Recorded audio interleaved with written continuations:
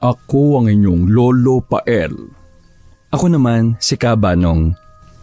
At ito ang aming kwento. Ano? Bakit hindi mo muna ako kinonsulta sa bagay na yan? Basta-basta ka nalang nagdidesisyon.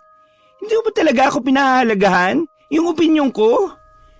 Hindi naman sa ganon. Intindihin mo naman sana yung sinasabi ko. Pansamantala lang naman to eh. Ayaw mo ba nun? May makakasama yung mga bata habang wala tayo? Basta! Hindi ko gusto yung hindi mo pinaalam yung bagay na yan. Gusto nyo lang ba natanungin mo muna ako kung payag ba ako na patirahin yung kapatid mo dito sa bahay natin? Pasensya na talaga. Hindi ko kasi matanggihan yung pakiusap na magulang ko eh. At saka, pansamantala lang talaga yung pagtira ng kapatid ko sa atin. Maghanap ka agad siya ng trabaho. Sa tingin mo kaya maniniwala ko na maghanap yun ng trabaho? Sa batugan na kapatid mo? Yung alam lang kumain, matulog at masakit ng ulo ng mga magulang nyo? Umidad na lang siya ng 30 anyos, hindi pa nakakaranas magbanat ng buto. Kaya siguro gusto ng mga magulang mo na ipaako sa iyo yung kapatid mo dahil sumuko na rin sila.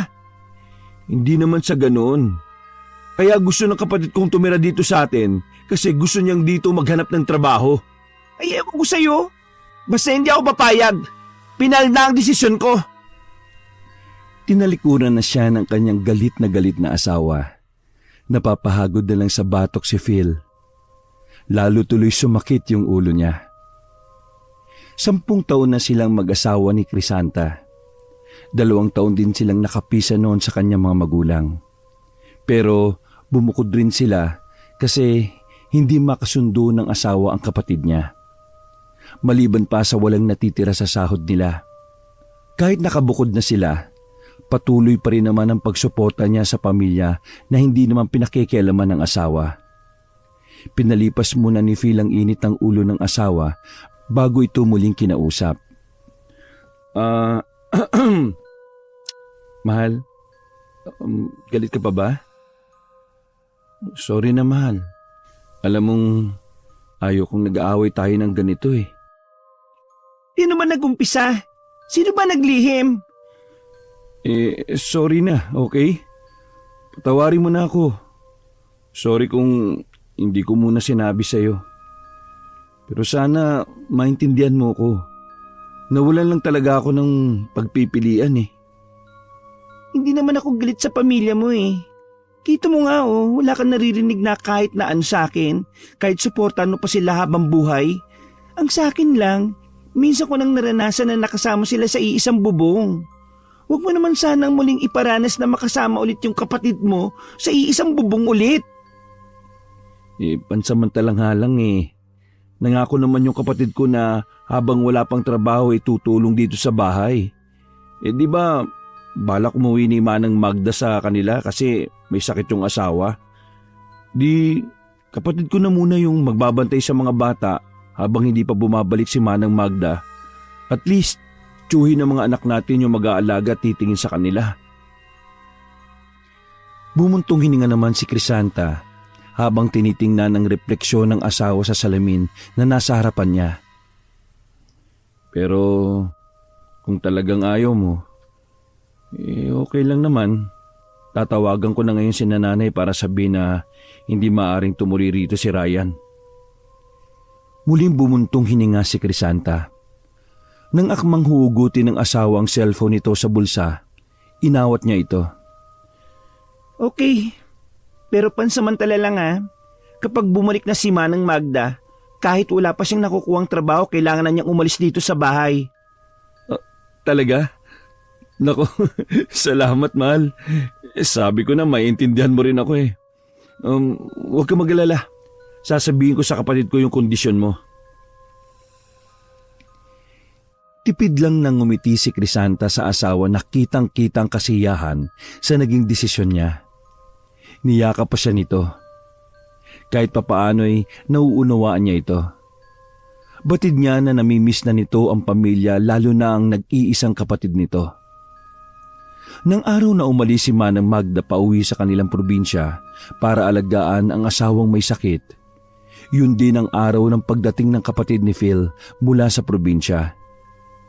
Nakapaskil na ang pilit ng ngiti sa mukha ni Crisanta nang dumating si Ryan. Nasa isang tabi lang siya habang masayang nagkukumustahan na magkapatid. 3 taon din tayong hindi nakita, kuya. Para kang tumanda. Ikaw talaga. Ano, kumusta sina tatay at nanay? Ayos naman sila. Malalakas pa naman. Nagpadala nga sila ng mga pasalubong para sa inyo eh. Matapos ang mahabang usapan ng magkapatid, binalingan naman ni Ryan ang hipag. Oh, Ate Chris, kumusta ka na? Maganda ka pa rin ha, at parang hindi tumatanda ha. Hindi ka pa rin nagbabago. Hanggang ngayon magaling ka pa rin mambola. Uy, hindi yung bola ha, totoo yun. Ang mabuti pa magpahinga ka na muna sa kwarto mo. Alam ko pagod ka eh. O sige. Ay, teka. Nasaan nga pala yung mga pamangking ko? Mamaya ko na sila ipapakilala sa iyo sa hapunan. Nag-aaral kasi ng leksyon yung dalawa at yung bunso natutulog pa. O sige. Magpapahinga muna ako ha. Mahal, sasamahan ko lang siya sa kwarto niya ha.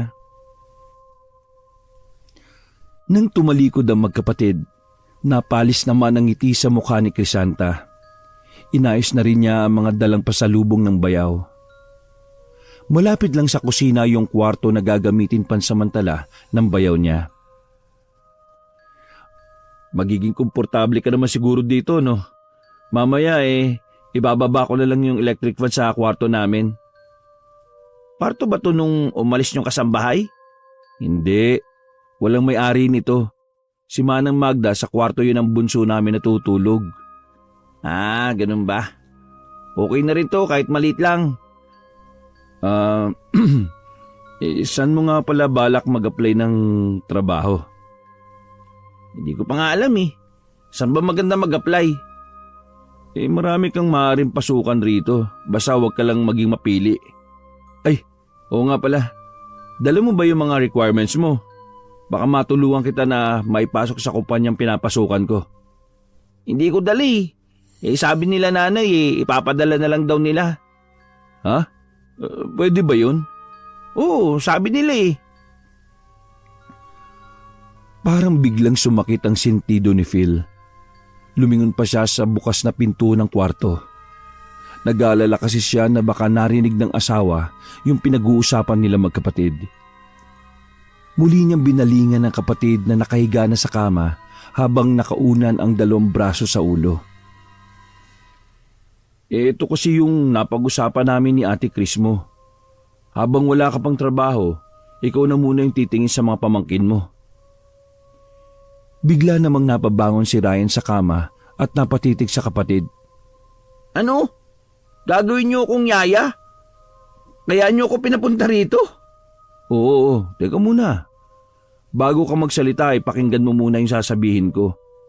Okay, sige. Habang hindi pa bumabalik si Manang Magda galing probinsya, ikaw na munang papalit sa kanya.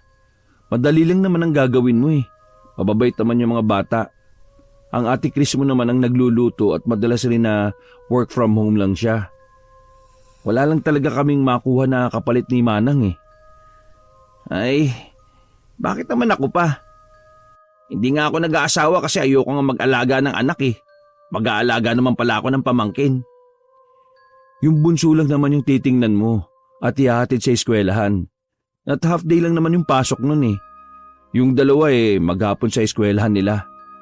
Sige na, pumayag ka na. Yung kasing kondisyon ng ate mo para payagan ka na tumira rito eh. Paano yung pag-apply ko? Sa tingin mo kaya makakahanap ka ng trabaho na hindi mo dala yung mga requirements mo? Di ba sinabi ko nga na isusunod na lang ni nanay dito yun? Di habang wala pa, bantayan mo muna yung pamangkin mo. Ay, naku naman. Wala naman yata akong pagpipilian eh. Meron naman. Yun kung makakahanap ka kagad ng trabaho. Nang hindi na sumagot ang kapatid, iniwan na ito ni Phil. Naabutan niyang nagluluto na ng hapunan ng asawa. O anong sabi? Pumayag ba yung kapatid mo? Oo naman. Tuntua nga siya at mahilig din yun sa mga bata. Maghanap na rin ako ng kapalit ni Manang. Baka matagalan siya sa kanila eh. At yung kapatid mo baka makahanap kagad ng trabaho yun. Baka matagalan pa siya bago makapag-apply eh. May kulang pa kasi sa requirements niya. Excited na nga sana na magtrabaho kaso kulang pa yung dala niyang requirements. Isusunod na lang daw ni nanay eh. Ganon? O sige, magtatanong na rin ako sa mga kakilala ko baka may alam sila na pwedeng pasukan ang kapatid mo. Siguro naman hindi na siya mapili sa trabaho ngayon, no? Ay, hindi na. Sabi nga niya kahit ano pang trabaho, basta marangal. Napangiti naman si Crisanta. Malapit na rin siyang makumbinsi na talagang nagbago na ang kanyang bayaw. Sa hapunan, ipinakilala ng mag-asawa sa mga anak ang kanilang tiyo Ryan.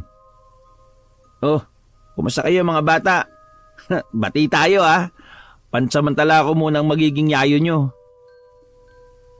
Ngumiti at bumati naman ang mga bata na edad 10, 8 at 4 na taong gulang. Nag-iisang babae ang bunso ng mag-asawa. Habang naghahapunan ay panay ang kwento ng magkapatid. Si Crisanta naman ay pangiti-ngiti lang habang nakikinig sa usapan nila. Nang matapos silang kumain, si Ryan na ang nagpresentang magligpit ng pinagkainan. Inasikaso na lang ni Crisanta ang mga bata. Kinausap din niya ang mga ito habang nasa kwarto. Mabait naman ang Tito Ryan nyo. At saka, pansamantala lang naman habang wala pa si Manang. Magpakabait kayo sa kanya ha. Pakitunguhan nyo siya ng maayos katulad ng kay Manang. Sabay-sabay naman na sumagot ang 3 mga bata sa kanya. Isa-isa na niyang hinalikan ng mga ito at saka pinatulog na. Lunes kinabukasan, maaga na naman ang pasok nila. Naabutan niyang nanonood ng TV si Ryan sa sala. Bigla itong napatayo at nahihiyang tumingin sa kanya. Ate, pinakialaman ko na yung TV nyo Ang laki. Mas malaki pa sa TV sa probinsya namin. Okay lang. Huwag kang mahiya kung gusto mong manood. Bihira lang naman namin yung panooran Buti nga nagagamit na. Bakit Hindi ba nanonood yung mga anak nyo ni Kuya? Pinapayagan ko lang silang manood kapag walang pasok. Siya nga pala. Saan ang kuya mo? Lumabas siya sandali May kausap sa cellphone. Marahang napatango-tango si Crisanta kasabay ng pagsulyap sa labas ng bintana. Kita niya kasi ang asawa na palakad-lakad habang hawak ang cellphone. O sige, maiwan na kita. Puntahan ko lang ang kuya mo. Ay, oo nga pala. Magsabi ka lang kung may kailangan ka pa ha. Oo te. Salamat ulit at pinayagan niyo ako na tumira rito. Matipid ng ngiti lang ang isinukli rito ni Crisanta bago tinalikuran. Nadatnan niyang wala ng kausap ang asawa at nakatingin sa kawalan. Oh, may problema ba? Biglang napalingon si Phil sa asawa na nakatayo sa kanyang likuran. Wala to. Tungkol sa trabaho lang. Ganun ba? Hindi ka ba aakit sa kwarto natin? Ay, sige na, mauna ka na. Susunod na lang ako mamaya. Kakausapin ko lang si Ryan. Okay, sige. Sabay na silang pumasok sa loob ng bahay. Dumiretso na si Crisanta sa kwarto nila habang nagpaiwan naman si Phil sa sala. Nakausap ko si nanay.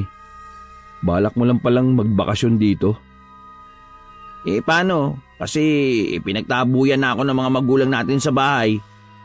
Hindi ka nila ipinagtabuyan. Ang gusto lang nilang mangyari ay matuto kang tumayo sa sarili mong mga paa. Aba, 3 buwan na lang 31 ka na. Hanggang ngayon wala ka pa rin matinong trabaho. Ano magagawa ko? Mahirap naman talaga maghanap ng trabaho lalo na sa atin. Walang mahirap sa taong matyaga at pursigido sa buhay. Hindi kasi ako kasing swerte mo sa paghahanap ng trabaho Ang sabihin mo, batugan ka lang talaga. Huwag mo naman akong matahin, kuya. Kesyo may maganda kang trabaho. Hindi kita minamata. Sinasabi ko lang yung totoo. Kapag dumating yung mga requirements mo tutulungan kita maghanap ng trabaho. tutulungan din kita na makahanap na matitirhan. Hindi ka pwede habang buhay dito sa amin. Para mo na rin akong itinakloy sa mga sinabi mong yan eh. Dalawa na nga lang tayo magkapatid eh. Sana maintindihan mong sitwasyon ko. Pamilyado na akong tao. Hindi sa lahat ng oras lagi lang kitang susuportahan sa mga kailangan mo. Mabuti nga mabait si Ate Chris mo eh. Hindi niya ako pinigilan na padalhan ng mga magulang natin ng pera. Bakit ka naman niya pipigilan eh? Asawa mo lang naman siya. Hindi naman niya pera yung ibinibigay mo sa amin. Kahit na pera ko pa yung pinapadala ko, meron siyang paki doon. Sadya lang talagang mabait ang ate mo. Kaya sana naman, habang nandito ka sa amin magpakatino ka. Huwag mong bibigyan ng dahilan ng ate mo na maggalit at mapalayas ka rito, ha? Pinaikot pa ni Ryan ang mga mata niya bago sumagot. Pumayag na nga ako maging yaya ng mga anak niyo, di ba? Maliit na pabor lang yun kumpara sa pagtira mo dito.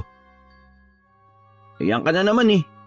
Wala pa nga akong isang araw dito sa bahay niyo, puro na lang sumbat ang naririnig ko sa'yo. Hindi yung panunumbat. Ay nako, mabuti pa tapusin na natin tong usapan na to. Huwag ka na magpuyat ha. Tumayo na si Phil at tumakyat na sa kanilang silid. Kainis. Kala ko pa naman masarap ang buhay ko dito.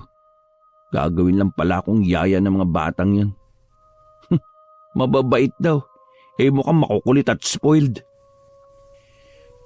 Pilit na lang iwinaksi ni Ryan ang inis na nararamdaman ng mga oras na yon. Nag-focus na lang siya sa panonood ng TV. Samantala, sa kwarto ng mag-asawa, kinausap muli ni Crisanta ang asawa. Okay lang ba talaga na ipagkatiwala natin yung mga bata kay Ryan? Oo naman At saka pansamantala lang naman Gusto na nga ni Ryan na mag-apply ng trabaho Sabi ko lang hintayin muna si Manang Magda. Huwag mong sabihin na wala kang tiwala sa kapatid ko. Hindi naman sa ganon. Kaya lang di ba wala naman siyang karanasan sa pag-aalaga ng bata? Oo nga. Pero mabait naman siya sa mga bata Yun ang importante. At kapamilya pa natin. Kaysa kukuha tayo ng ibang tao, di ba? Ay, sa bagay nga. At saka baka 2 linggo akong work from home. Mababantayan ko rin naman kahit papaano yung mga bata. Yung bunso lang naman natin ang inaalala ko Kalikutan na edad. Kaya kailangan talagang lagi nakatutok yung mga mata rito. Oy, sige. Sasabihan ko ulit si Ryan. Huwag ka na mag-isip ng kung ano-ano ha. Sige na, magpahinga ka na. Tumango lang si Crisanta. Maya-maya natulog na rin siya. Walang kamalay-malay ang mag-asawa sa mga ginagawa ni Ryan ng mga oras na yon. Daming laman ng rep Hindi na rin ako lugi kung sakaling dito lang ako sa bahay. Kakain na lang ako hanggat gusto ko. Kanino kaya itong mga biskwit na ito? Mukhang masasarap Di kaya mga baon ng mga bata? Di naman siguro mamasamay ng hipag ko kung kukuha ko. Sinabayan pa yun ng mahinang tawa ng binata. Lahat ng pagkain na naroon ay tinikman niya. Lahat. Kinabukasan, maagang gumising si Crisanta para magluto ng almusal. Pagbukas ng ref, nagtaka pa siya dahil magulo ang nasa loob. Agad na buo ang hinala niya. Kararating lang ng mokong na yun.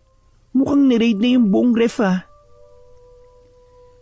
Naiiling na lang na naglabas siya ng mga ulam at saka yun isinara. Nang makatapos magluto, ginising na niya ang mga bata. Ang asawa naman ay kasalukuyang naliligo. Maya-maya, lumabas na rin ang asawa na nakabihis na at ang mga anak. Ako na maghatid sa 2 bata sa eskwelahan. O sige, ako na lang ang maghatid kay Chloe. 8 pa naman ang pasok niya Papasundo ko na lang kay Ryan. 9 kasi ang oras ng trabaho ko O sige, gigisingin ko siya bago kami umalis.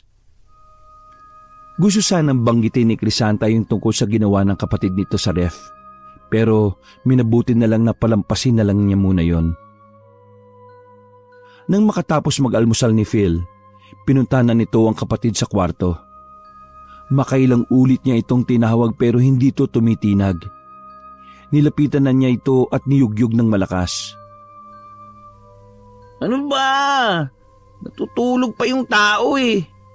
Uy, bumangon ka na dyan oh. Wala ka sa bahay para umasa ka ng ganyan ha. Bumangon ka na. Bumangon ka na sabi at may sasabihin ako sa'yo. Kita naman ang pagkayamot sa binata nang maupo sa kama.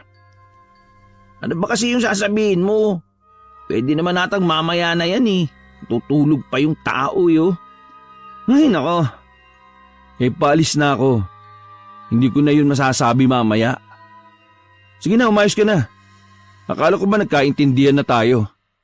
Una. Ano ba kasi yung sasabihin mo? Pinatatagal pa eh. Gusto ko pang bumalik sa pagtulog no? Mamayang 10, sunduin mo si Chloe sa eskwelahan niya. Malapit lang naman yon. Ang ate mo, dito lang sa bahay magtatrabaho ngayon. Huwag mong i-istorbo yun ha. Magkusa kang gumawa rito sa bahay. Okay, gets ko na. Pwede na ba ako bumalik sa pagtulog? Mamaya pa naman pala susunduin eh. Bago pa nakasagot si Phil, padapa nang bumalik sa kama ang binata. Tinabunan pa ng una ng ulo nito. Naiilang na lang si Phil na lumabas ng kwarto. Nakausap ko na si Ryan. Hindi daw pala siya nakatulog kagabi. Namamahay. Nagsabi na kung pwedeng maya-maya na siya babangon. Okay, sige. Naintindihan ko. Mamaya pa naman niya susunduin si Chloe. O paano? Alis na kami ha. Ingat kayo rito, mahal. Humalik lang sa pisngi ng asawa si Phil at sa bunso nilang anak bago umalis. Si Crisanta, naglinis muna ng bahay bago inayusan ng bunso at inihatid sa eskwelahan. Nagbilin pa siya sa guro nito na ang bayaw ang susundo rito. Ipinakita rin niya ang picture ng bayaw nito para alam nito ang itsura. Bago mag-alas 9, nagising na rin si Ryan. Kumain ka na lang dyan ah. Siya nga pala, bago mag-10 pumunta ka na sa school ni Chloe. Nabilin ko na dun na ikaw ang susundo kay Chloe ngayon. Oo sige te.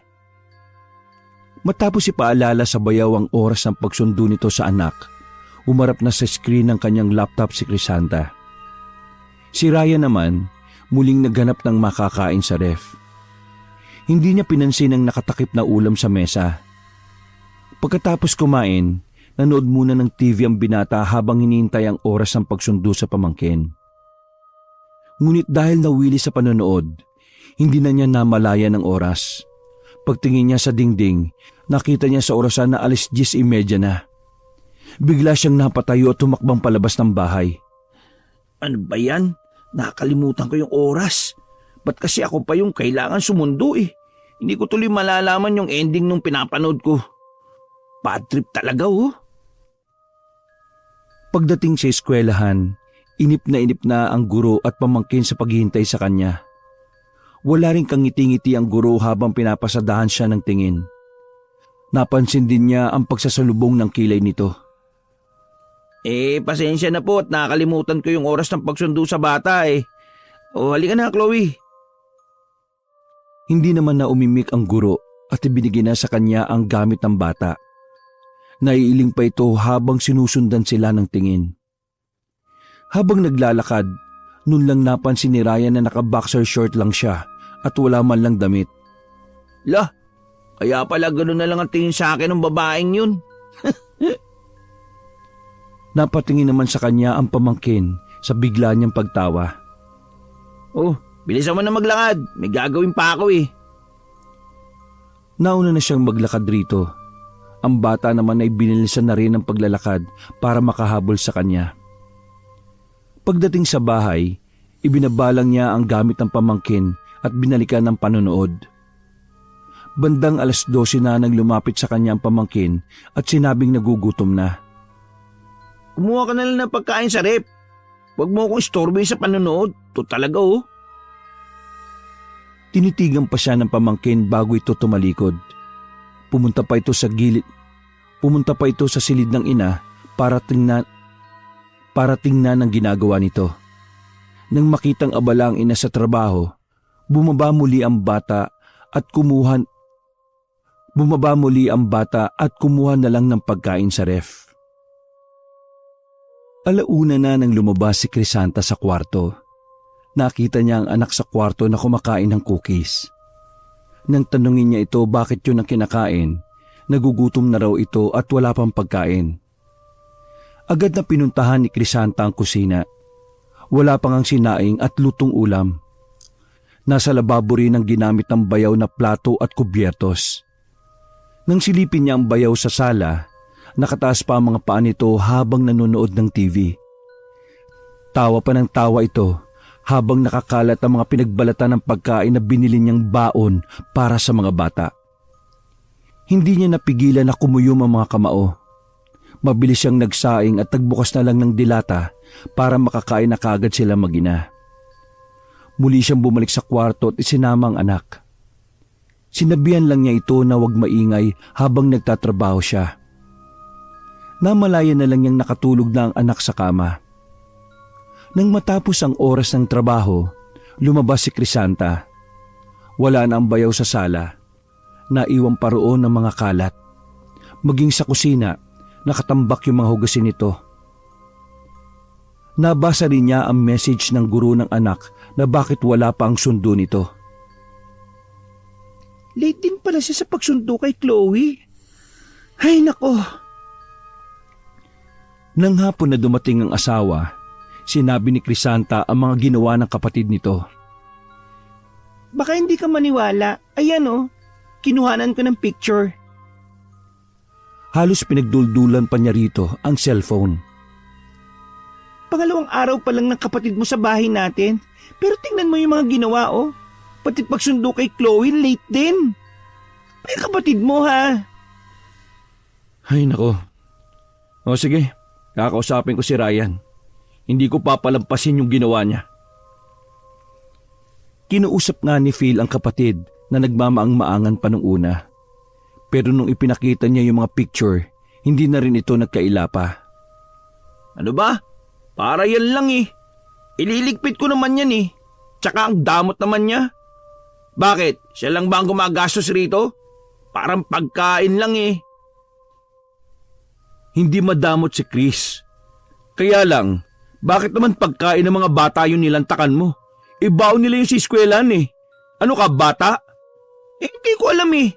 Di sana nilagyan niya ng pangalan. Tapos late ka pang sumundo kay Chloe. Ano ba ginagawa mo kanina? Parang ilang minuto lang akong nahuli. Nagsumbong na kagad yung teacher na yon. Ang higpit naman niya. Ryan, umayos ka ha. Kung ayaw mong ako mismo magpalaya sa iyo sa bahay na to.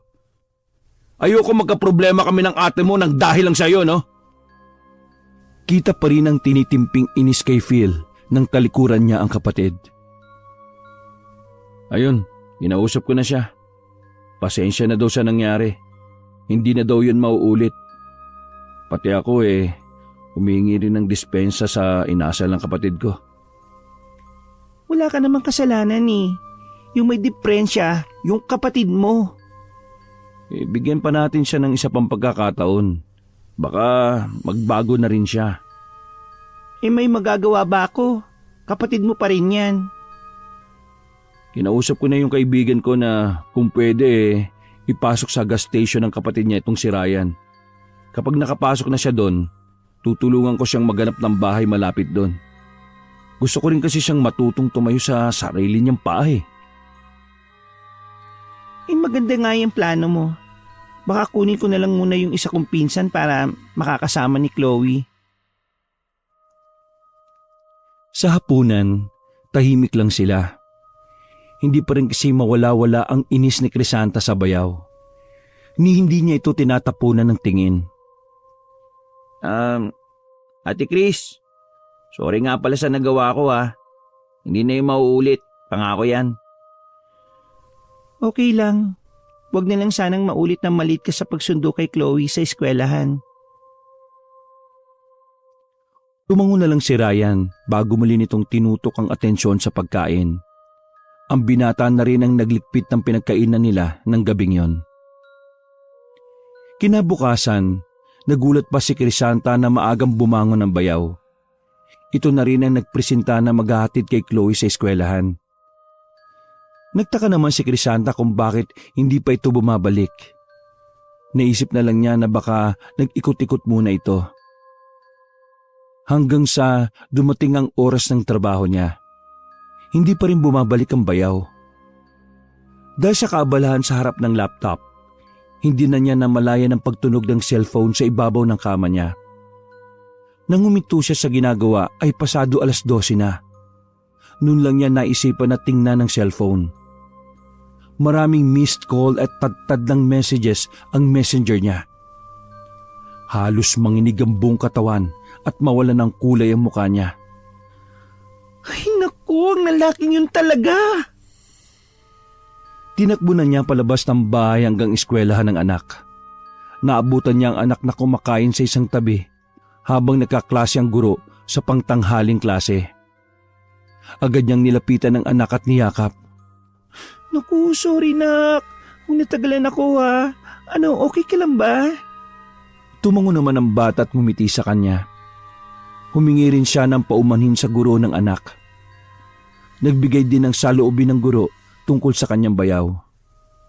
Hindi daw nito nagustuhan ang ayos nito nang sunduin ng bata. Ay, pasensya na po talaga mama. Wala po kasi si Manang kaya pansamantala muna yung bayaw ko yung naghahatid sa anak ko. Maya-maya, umuwi na rin silang mag-ina. Dahil pakiwari ni Crisanta, nanghihina siya. Nagpa-deliver na lang si Crisanta ng pagkain nila mag-ina. Tinawagan rin niya ang asawa. Sinabi ni Phil na uuwi na rin ito kagad. Nasa malapit lang di umano ang kamiting nito at pwede na itong hindi bumalik sa opisina. Pagkaraan ng kalahating oras ay dumating na rin si Phil. Ano, hindi pa ba umuwi si Ryan? Ay nako, wala pa. Pero wag na siyang makauwi-uwi rito. Oo, minahon ka na muna. Baka mamaya nagagalit na agad tayo may masama na palang nangyari sa kanya. Ang sabihin mo, baka naman siya lang. Tinawagan mo ba yung lalaking yon? Oo, pero hindi sinasagot Namumula na sa galit ang mukha ni Crisanta. Kahit anong gawin niya, hindi humuhupa ang nararamdaman niya. Si Phil naman ay palakad-lakad habang tinatawagan muli ang kapatid. Sumagot ka. Sumagot kang lintik ka. Una pa lang ayaw ko ng patiray niya kapatid mo Ikaw lang itong mapilit Oo na! Kasalanan ko na!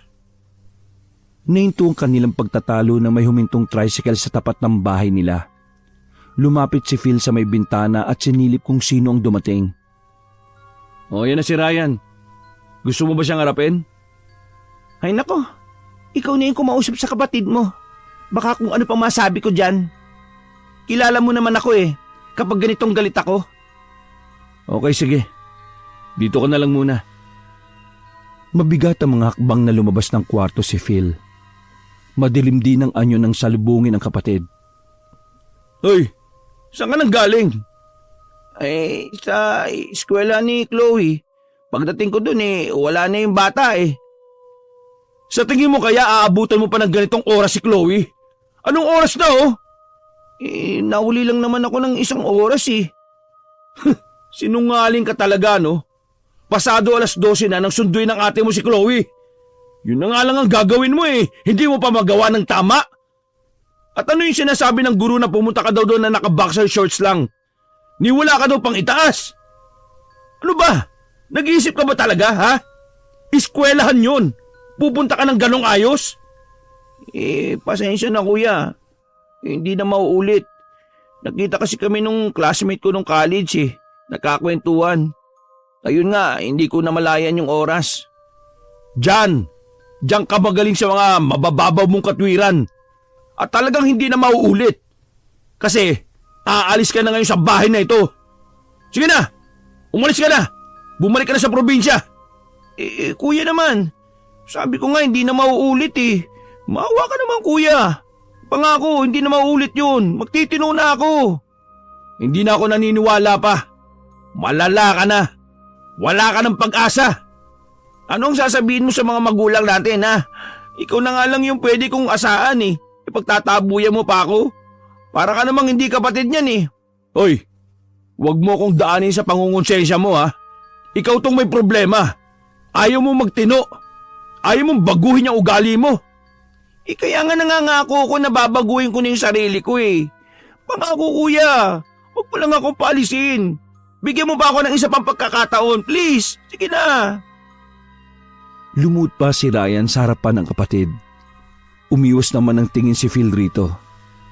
Yun ang eksenang naabutan ni Crisanta sa sala.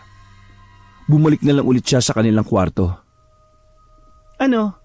Nadala ka na naman sa paawa ng kapatid mo? Yun agad ang ibinungad na tanong ni Crisanta nang pumasok ang asawa. Kapatid ko pa rin siya eh. Hindi ko siya pwedeng pabayaan. Lalo na ngayon na may sakit yung mga magulang namin. Hindi ko lang nababanggit sa'yo pero ilang beses nang inatake sa puso ang tatay namin dahil sa kanya eh. Kung pababalikin ko si Ryan sa amin, baka matuluyan na yung tatay namin. So ibig mong sabihin, hayaan mo na lang na tayo ang magsakripisyo at sumakit yung ulo ng dahilan sa kapatid mo, ganun ba? Hindi naman sa ganun. Yung akin lang konting tiis pa. Gumagawa naman ako ng paraan eh.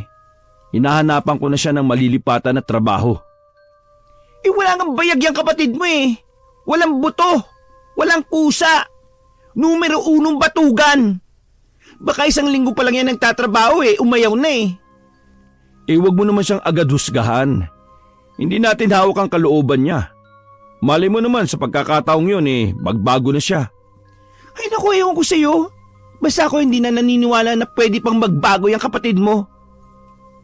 Dahil ayaw makita ni Crisanta ang bayaw, hindi siya lumabas para magapunan.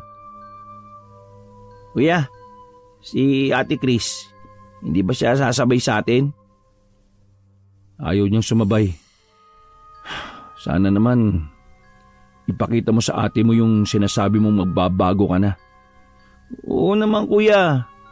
Hingi din ako ng dispensa sa kanya. Marahan lang tumango si Phil. Sinabihan na rin niya ito na magligpit ng kanilang pinagkainan. Kinabukasan, nagulat si Crisanta nang makitang si Ryan ang nagluluto sa kusina. Ang aga mo yatang gumising ngayon. Anong meron? Wala naman ate. Gusto ko lang sanang makabawi sa inyo ni kuya. Talaga lang Sana bigyan mo pa ako ng isa pang pagkakataon. Patutunayan ko na nagbago na ako. Ay nako, wag puro salita lang. Mas maganda kung ipapakita mo na nagbago ka na nga. Gagawin ko yan te. Marunong din naman akong mahiya Tsaka ayoko nang makagalit pa kayo ni kuya. Dalawa na nga lang kaming magkapatid mag-aaway pa ba kami? Mabuti na kapag isip-isip ka na ng maayos ngayon. Ano nga pala yung niluluto mo? Tusino at hotdog. Sana okay lang kung nangialam na ako sa ref Okay lang naman Huwag mo na lang ulitin pakialaman yung mga pagkain ng mga bata. Binabaong kasi nila yun sa eskwelahan Oo nga te. Pasensya na rin doon Pangako hindi ko nagagawin yon. Tinalikuran na ni Crisanta ang bayaw. Pinunta na niya ang mga anak para gisingin. Nang araw na yon, maaga rin nagpunta si Ryan sa eskwelahan ni Chloe para sunduin ito. Napansin rin ni Crisanta na naging masinop at masipag na ang bayaw. Halos wala na nga siyang gawain sa bahay dahil inako na nito ng bayaw. Mukhang nagbago na nga talaga yung kapatid mo Sabi ko naman sa iyo matatauhan din yun. Hindi habang buhay lagi siyang sasandal sa atin. Kumusta nga pala yung trabaho na inaalok ng kaibigan mo sa kanya? Sabi ng kaibigan ko, maghintay lang daw sandali. May palis kasing isang trabahador sa isang gas station nila. Kaya si Ryan ang ipapalit niya. Okay daw dun kasi maraming paupahan. Hindi daw to mahirapan na maghanap ng matitiran. At higit sa lahat, malayo sa atin. Sinadya ko talaga yun. Mabuti naman kung ganon. Kahit sabihin natin na nagbabago na siya, mas gusto ko pa rin na malayo siya sa atin. Baka mamaya kasi Malapit lang yung trabaho niya. Kapag nahirapan biglang umuwi dito sa atin. Minsan nga di ko maiwasan na sisihin yung mga magulang namin eh. Masyado kasi nilang binibiyan nung araw eh. Palibasa, maganda nung trabaho ng tatay namin kaya lahat ng gusto binibigay. Ikaw rin naman na-spoiled sa mga magulang niyo. Bakit responsable ka naman at masipag? Ewan ko. Baka depende rin talaga sa tao. Tama ka. Nasa ugali na talaga ng tao yan.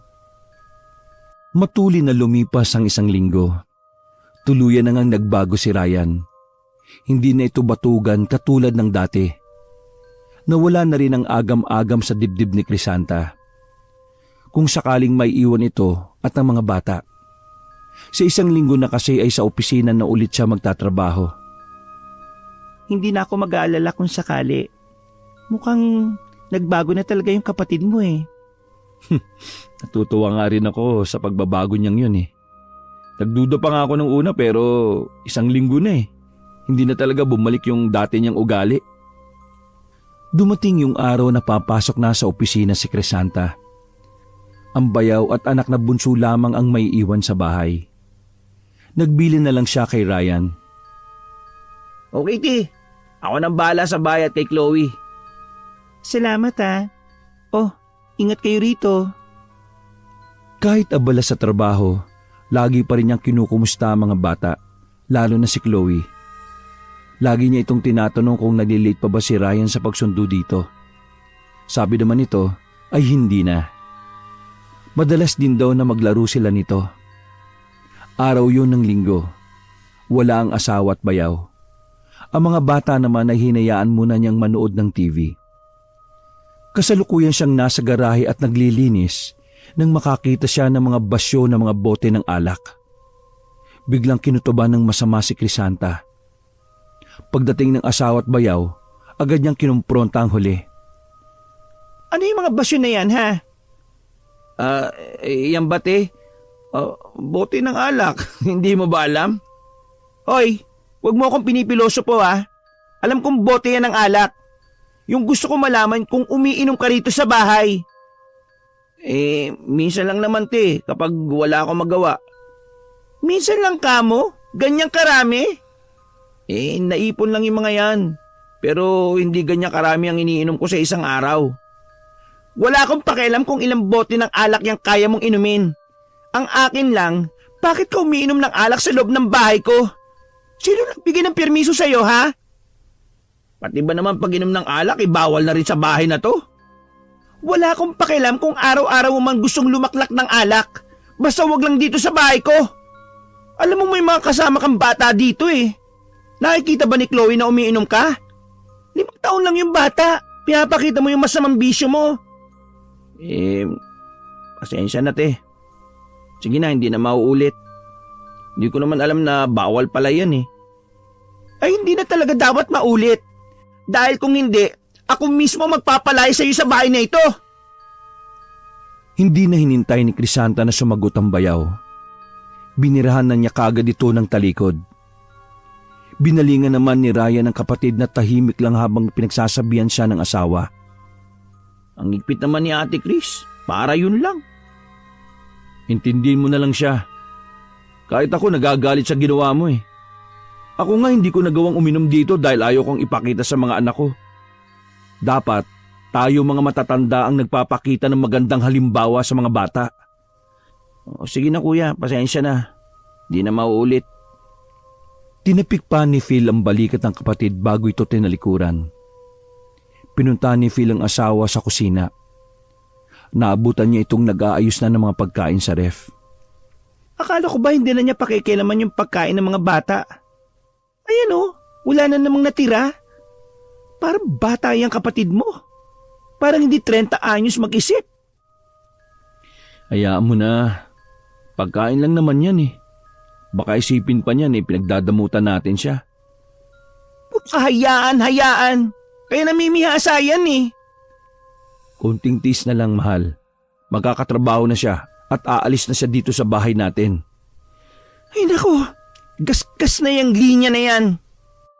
Sa sobrang inis, tinalikuran na ni Crisanta ang asawa. Naiiling naman na naiwan si Phil. Kala ko pa naman okay na. Hindi pa pala. Kinabukasan, nauna na si Phil at ang dalawang bata. Nagpaiwan naman si Crisanta. Balak niyang idaan muna si Chloe sa eskwelahan nito bago pumasok sa trabaho. Ako na mag-atid kay Chloe, ate. Baka mahuli ka pa sa trabaho. Ako na mag-atid. Kailangan ko rin kasing kausapin yung guru niya. Sigurado ka? Baka mahuli ka sa trabaho, ha? Mahirap pa naman makasakay kapag tanghali na. Okay lang. Ikaw na lang sumundo sa kanya mamaya. Inakay na ni Crisanta ang anak paalis. Habang papuntang eskwelahan, nagulat siya nang sabi ng anak na bakit pa siya papasok pwede namang hindi na. Maglaro na lang daw sila. Aba, nagiging tamad ka na atang pumasok. Hindi maganda yung anak. At saka, nasa eskwelahan mga kalaro mo, diba? Pagdating sa eskwelahan, nagulat pa ang guro ng anak nang makita siyang kasama ni Chloe. Mas lalo siyang nagulat nang sabihin nito na matagal nang hindi pumapasok ang anak. Lalo pa siyang nagulantang nang idagdag nito na hindi pa sila nakakabayad ng monthly fee nila. Samantalang on time sila magbayad. Sinabi rin ng guro na hindi nila sila tinatawagan dahil sabi ng bayaw niya may sakit siya at hindi pwedeng istorbohin. Naisip daw nila na yun ang dahilan kung bakit hindi na nakakapasok ang bata. Makinig kayo. Hindi ko alam na matagal nang hindi pumapasok si Chloe sa eskwela. Wala akong sakit at yung bayad ay matagal na namin yung pinadala ng asawa ko sa bayaw ko. Naupo muna si Crisanta. Pakiramdam niya ay para siyang tatakasan ng ulirat sa mga revelasyong nalaman. Hindi na rin siya pumasok sa trabaho. Hinintay na lang niya na matapos ang klase ng anak. Buti na lang din kasi hindi rin nagpakita ang bayaw niya doon para sunduin ang anak. Hinayupak siya. Humanda siya sa akin. Magtutuos kami mamaya. Pagdating ng bahay, hindi niya nadatnan ng bayaw. Pinapasok niya muna ang anak sa kwarto at pinanood ng TV. Lumabas siya ng bahay at nagpalakad-lakad. Isang matandang kapitbahay naman nila ang lumapit sa kanya at nagsumbong na kapag wala silang mag-asawa, kung sino-sino ang pumupunta roon at lumalabas daw ng mga lasing. Maraming salamat po, Lola, at pinalam niyo sa akin yung mga nangyayari dito sa bahay namin. Magtutuos po kami ngayon ng bayaw ko. Nagngingit-ngit ang kalooban ni Crisanta na hinintay ang bayaw. Nasa kusina siya nang dumating ito kasama ng isang babae at lalaki. Nakaakbay pa ang bayaw sa babae habang naglalampungan. Narinig pa niyang sinabi ng kasamang lalaki kung puno daw ba yung ref. Oo naman marami na naman pagkain. Masipag yung asawa ng kuya ko na mag-imbak ng pagkain dyan. Hindi niya alam, hindi mga anak niya lumalamon. Narinig niya rin na tinanong ng babae kung paano yung pamangkin nito. Nakakinis nga pinapasok pa ng hipag ko. Hayaan mo siyang maghintay doon. Hindi naman yung pababayaan ng teacher niya. Binuksan ng kasama nitong lalaki ang TV. Hindi na nakatiis si Crisanta na hindi lumabas.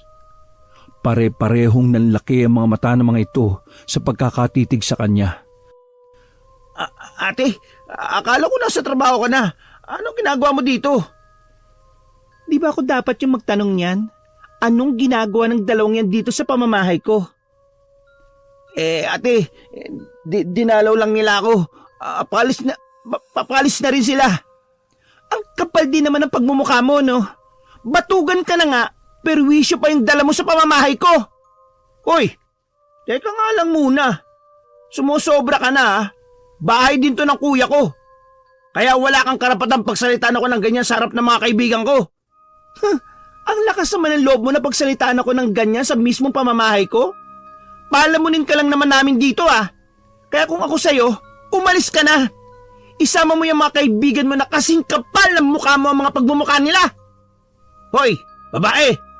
Baka gusto mo makatikim sa akin ng sampal Sobra ka na. Wala kang karapatan na palisin ako rito Kung gusto mo, ikaw ang umalis sa bahay na to. Pinigilan pa ng babaeng kasama nito ang bayaw sa tangkang paglapit sa kanya. Huwag mo siyang pigilan sa gusto niyang gawin. Ano ha? Sasaktan mo ako? Sige, gawin mo! Ha! Ang tapang mo din oh. Hoy, 3 kami laban sa'yo. Hindi mo kami kaya. Lahat ng kabustusan at mga pinagsasabi mo makakarating sa kuya mo. Sinisiguro ko yan sa'yo. Bakit? Sa tingin mo maniniwala sa'yo ang kapatid ko? Alam naman niya na matagal na kumukulong dugo mo sa akin eh. Kapatid niya ako. Hindi niya ako kayang tiisin, tanda mo yan. Ha, talaga lang ha? Oo! Kaya kung ako sa'yo, manahimik ka na lang. Mga kasama, sige, kumuha kayo ng pagkain sa kusina. Bahay ko rin to kaya ituring niyo tong bahay niyo rin to. Pare-parehong napatda ang tatlo nang ipakita niya ang cellphone. O Phil, narinig mo naman siguro lahat ng mga sinabi ng kapatid mo. Parang binuhusan ng malamig na tubig ang mga ito. Ang dalawa nitong kasama ay walang paalam na umalis. Oh, ano pa ginagawa mo dito? Bakit hindi ka ba sumama sa kanila? Ate, sorry na. Hindi ko naman sinasadyang sabihin yun eh. Nadala lang ako.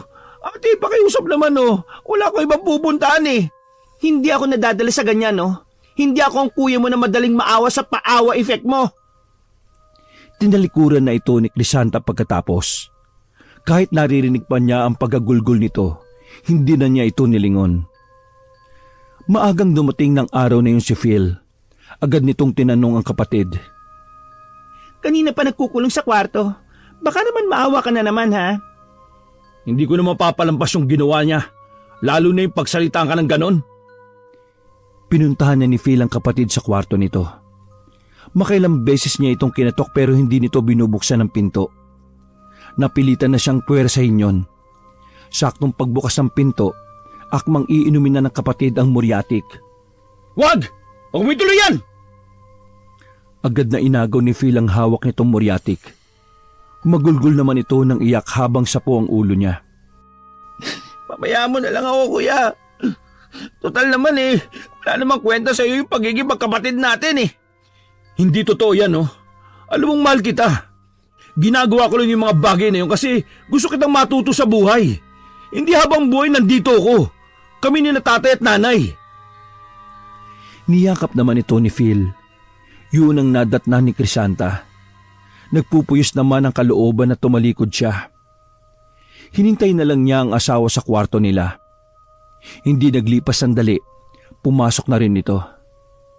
Ano? Nagpauto ka na naman sa kapatid mo? Ano bang pinagsasabi mo? Muntik na magpakamatay yung tao. Yung kapatid ko. Eh, total, ayaw mo naman siyang umalis sa bahay na ito. Kami na lang ng mga bata ang aalis. Eh sino naman ang may sabi sa'yo na hindi ko siya paalisin? Tumitsyempo lang ako. Malapit na rin siya magkatrabaho. Nakakausap ko na yung kaibigan ko. Totoo ba yan?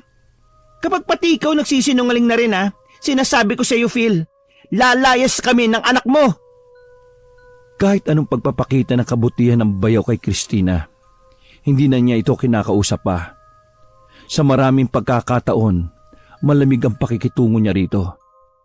Araw-araw niya rin kinukulit ang asawa kung kailan aalis ang kapatid nito. Nang araw na yon, maagang umuwi si Crisanta. Hindi niya muna sinundo ang anak sa kapitbahay. Pansamantala niya munang iniwan roon ang anak sa dalagang kapitbahay nila. Ito ang nagsundo sa anak at hapon na nila kinukuha. Nagbabayad na lang siya araw-araw rito.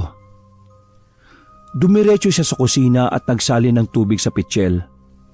Akmang iinumin niya na ito nang matigilan sa mataginting na pagtawa ng bayaw. Bagyang nakaawang ang pinto ng kwarto nito, kaya naririnig niyang may kausap ito. Ayoko nga magtrabaho dyan oh. Sarap ng buhay ko dito eh. Bakit pa ako magpapakahirap eh, meron namang nagsusuporta sa akin. Hindi ako pababayaan ng kapatid ko. Pasikreto nga lang yung pagbibigay niya dahil sa bruhan niyang asawa eh. Bahay din to ng kapatid ko no. May karapatan din ako dito. Hindi ako mapipilit ang kahit na sino para magbanat ng buto. Hindi ako pinanganak para dun. Kuyumang kamao na umalis sa kinatatayuan si Christina. Pinuntahan na lang niya ang anak sa kapitbahay para iuwi. Sa hapunan, masayang ibinalita ni Phil yung tungkol sa trabaho na sinasabi nito sa pwedeng pasukan ni Ryan. O ayan, sa isang linggo pwede ka na magumpisa. May matutuluyan ka na rin doon.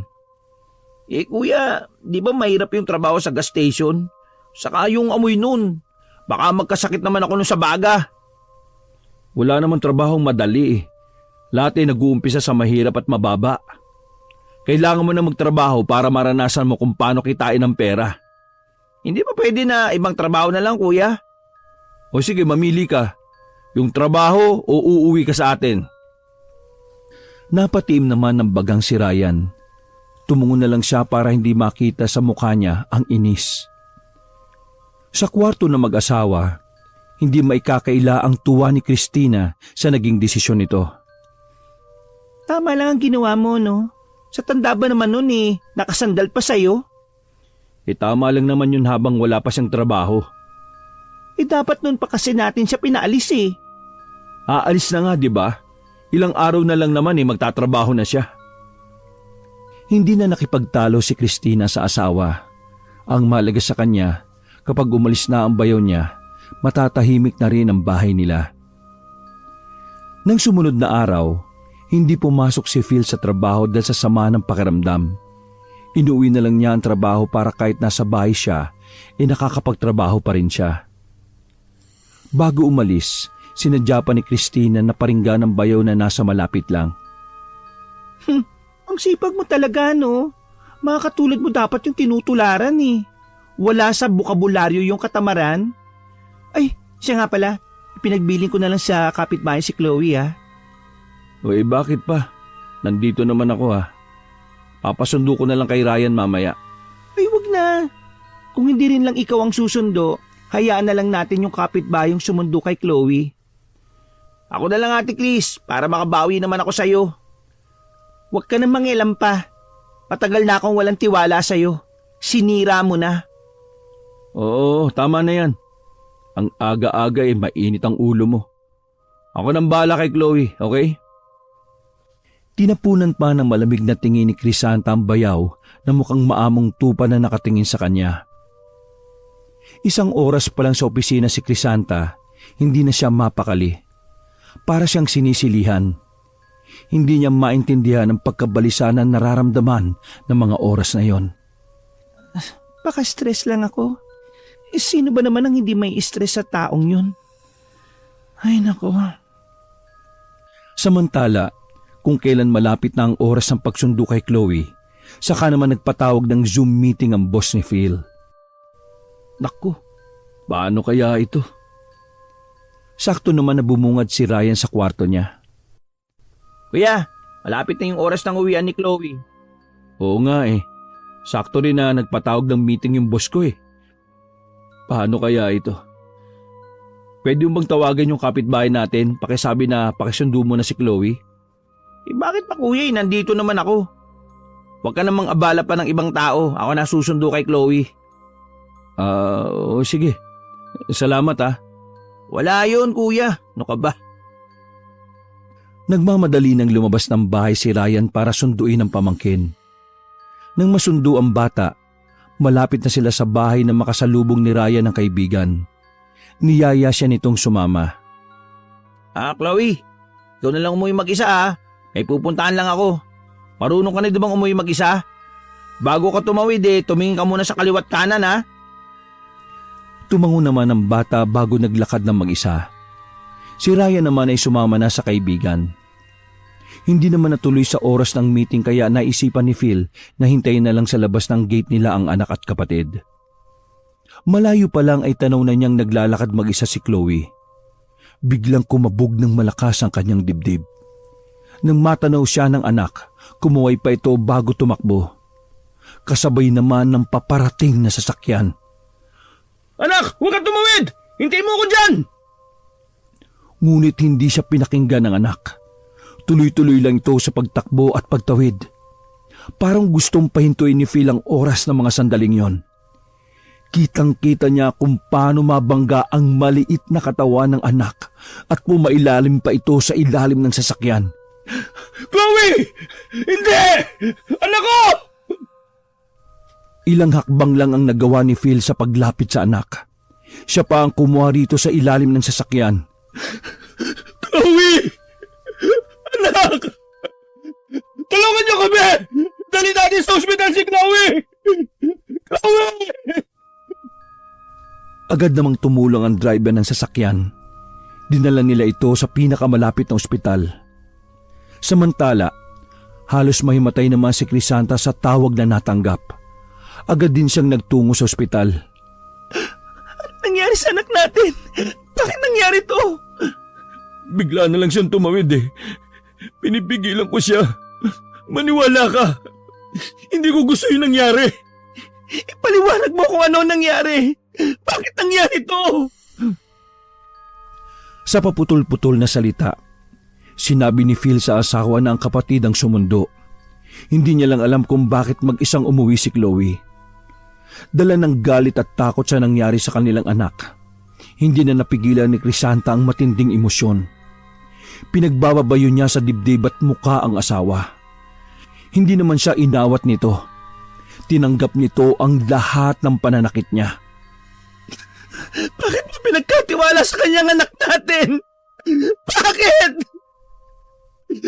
Bakit hindi ikaw sumundo kay Chloe? Kasalanan mo to! Kasalanan mo!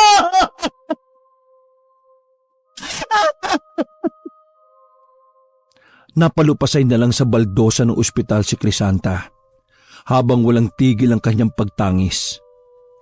Niyakap naman siya ni Phil kahit pilit siyang nagpupumiglas. Patawarin mo ako, mahal. Hindi ko na makagustuhan yung nangyari. Kasalanan mo! Ikaw ang may kasalanan! Namumugto ang mga mata at tulala lang si Crisanta sa upuan. Si Phil naman ay palakad-lakad habang hinihintay nilang lumabas ang doktor sa OR. Kailangan kasing operahin ang napinsalang mga binti ng anak. Makaraan ng ilang oras na paghihintay, lumabas na rin ang doktor. Tila nagising si Crisanta nang makita ang doktor. Agad siyang lumapit at tinanong ito. Muli siyang napahagulgol nang marinig ang sinabi ng doktor. Kinailangan na putulin ang mga binti ng anak dahil nadurog ang mga ito.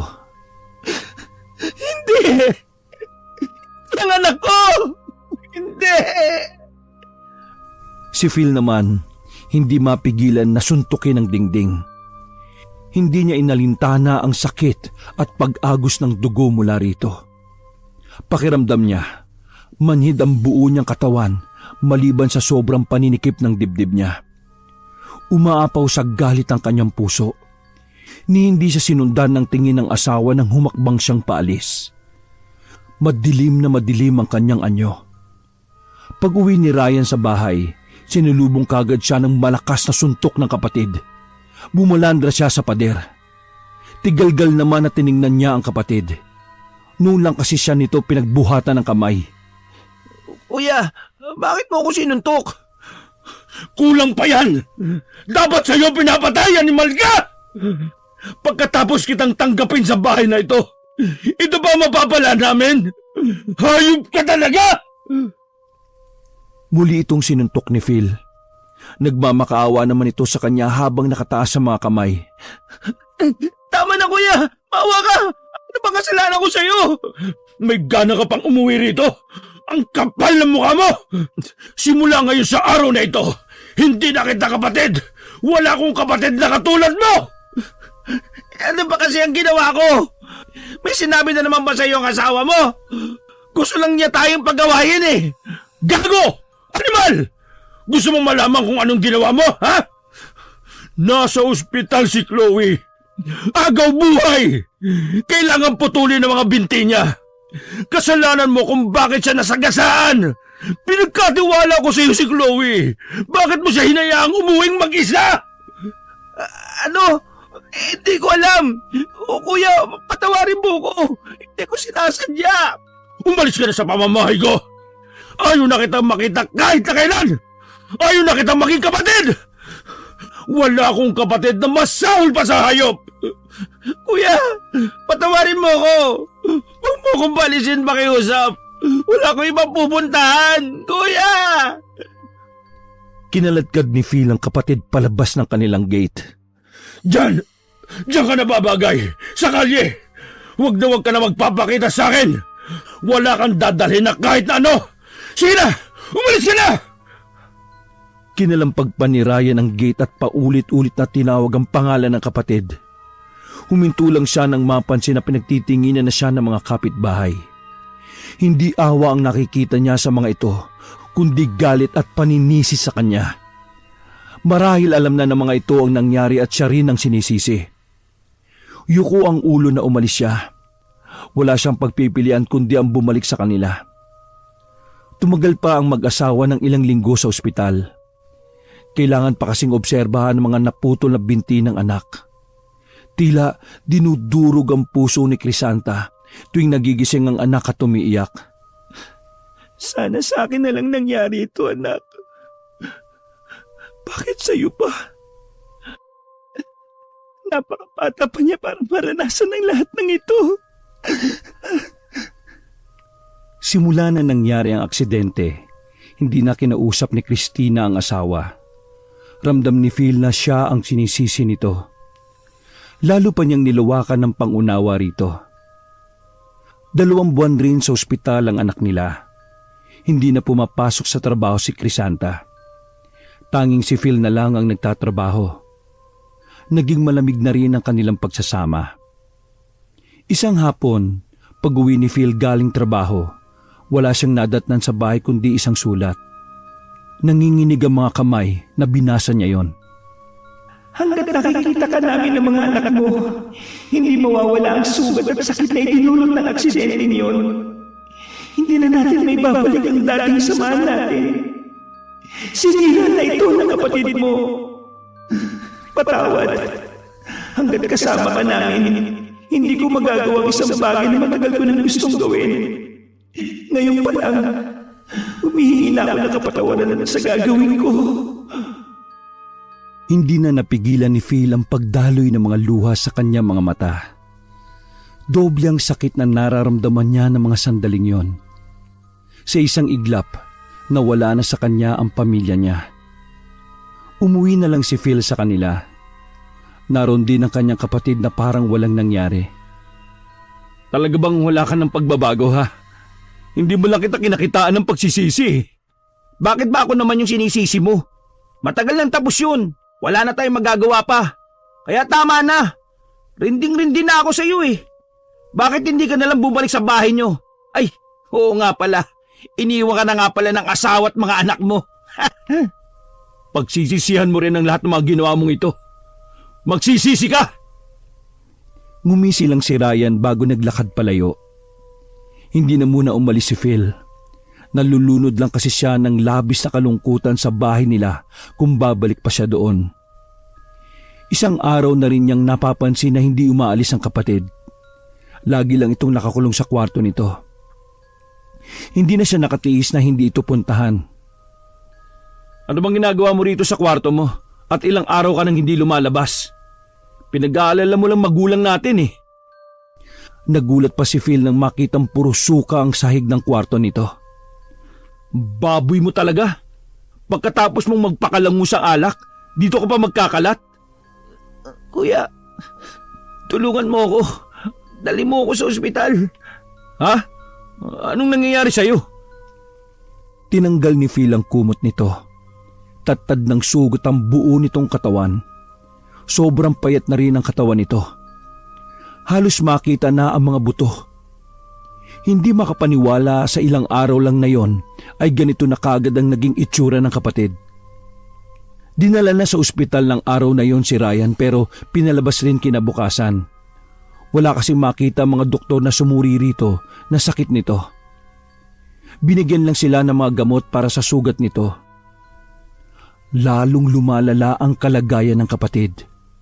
Ilang espesyalista na rin ang kanilang nilapitan pero iisa lang ang sinasabi nila. Walang sakit ang kanyang kapatid. Di rin nila maipaliwanag ang totoong kalagayan nito. Hanggang merong nagsabi sa kanya na baka daw kinulam ang kapatid. Baka nga kulam yung nangyari sa kanya. Hindi doktor ang kailangan niya. Humingi sila ng tulong sa kakilalang albularyo sa kanilang lugar. Pero sinabi lang nito na matindi ang galit ng kung sino mang may gawa nun sa kanyang kapatid. Wala na raw itong magagawa dahil ayaw din daw makipag-ugnayan ng mangkukulam na gumawa nito sa kanyang kapatid. Dalawa lang daw ang maaring dahilan. Patay na ang kumulam rito o mas malakas ang kulam nito at walang makakagamot na kahit na ano. Samantala, nagsindi naman ng itim na kandila si Crisanta sa ginawang altar. Naroon ang larawan ng kanyang lola. May ilang buwan na itong patay. Dinala nito sa hukay ang sumpa nito kay Ryan. Habang buhay ka nang magdurusa, hanggat narito ang galit sa puso ko at tuwing makikita yung umiiyak na anak ko, mas doble ang hirap na dadanasin mo. Lingid kay Phil, may lahing mangkukulam si Crisanta. Ang lola nito ang huling mangkukulam ng kanilang pamilya. Nang iwan niya si Phil, umuwi sila sa kanyang lola para humingi ng tulong para maipagiganti ang nangyari sa kanyang anak. Hindi naman siya binigo ng kanyang lola. Higit pa sa kamatayan ng sumpang iginawad nito kay Ryan. Makalipas ang 1 taon, muling nakipagkita si Crisanta sa kanyang asawa. Kumusta kayo ng mga bata? Maayos naman ang kalagayan namin. Huwag ka mag-alala. Baka naman pwedeng bumalik na kayo sa akin. Sa bahay natin. Hindi na siguro muna sa ngayon. Hayaan mo munang maghilom ang sugat na ginawa ng kapatid mo. Akala mo ba ikaw lang nasaktan? Masakit din sa akin yung nangyari sa anak natin. Lalong mas masakit nang ilayo mo sila sa akin. Pakiramdam ko, pinaparusahan mo ako sa isang kasalanan na hindi ko namang ginusto eh. Tinanggalan mo rin ako ng karapatan bilang ama ng mga anak natin. Kung matindi ang galit mo kay Ryan, sana wag mo akong idamay. At sa tingin ko pinagbabayaran na ng kapatid ko yung mga nagawa niyang kasalanan. Bakit? Anong nangyayari sa kanya? Mas matindi pa sa kamatayan yung sinapit niya. Ilang beses na niyang hiniling na mamatay na siya. Sobrang hirap yung dinaranas niya ngayon. Walang kahit na sino mang doktor ang kaya magpagaling sa kanya. Ikinuwento ni Phil na nasa wheelchair na lang ang kapatid. Kumuha siya ng mag-aalaga rito. Sinabi rin niya na baka kinulam daw ang kapatid dahil ilang doktor na ang tumingin rito at walang makitang anumang sakit. Karma na siguro yung nangyari sa kanya. Siguro nga. O paano? Kailan kayo babalik ng mga bata sa akin? Hindi pa nga sa ngayon. Hanggat nariyan ang kapatid mo, mahirap mag-umpisa. Hanggang nakikita kong umiiyak yung anak natin, hindi mawawala ang galit sa dibdib ko. Naiintindihan naman kita eh. Gusto ko lang sabihin na handa akong maghintay kung kailan niyo balak umuwi sa bahay natin. Lagi lang ako nandun. Umasa pa rin si Phil na babalik din sa dati ang lahat. Dinalaw muna ni Phil ang kanyang kapatid ng araw na yon bago siya umuwi sa bahay niya. Baka ito na yung huling dadalaw ako sa'yo. Kailangan ko na rin kasing bumangon at bumalik sa dati kong buhay. Huwag ka mag-alala. Aalagaan ka naman nila dito eh. Nandiyan pa naman yung mga magulang natin. Pero ako kasi, masakit alalahanin yung nangyari. At masakit rin na makita kita sa ganyang kalagayan. Kailangan ko rin kasing mamili eh. At pinili ko yung pamilya ko. Napatitig si Phil sa naglandas na luha sa mga mata ng kapatid. Hindi man ito makapagsalita ng maayos.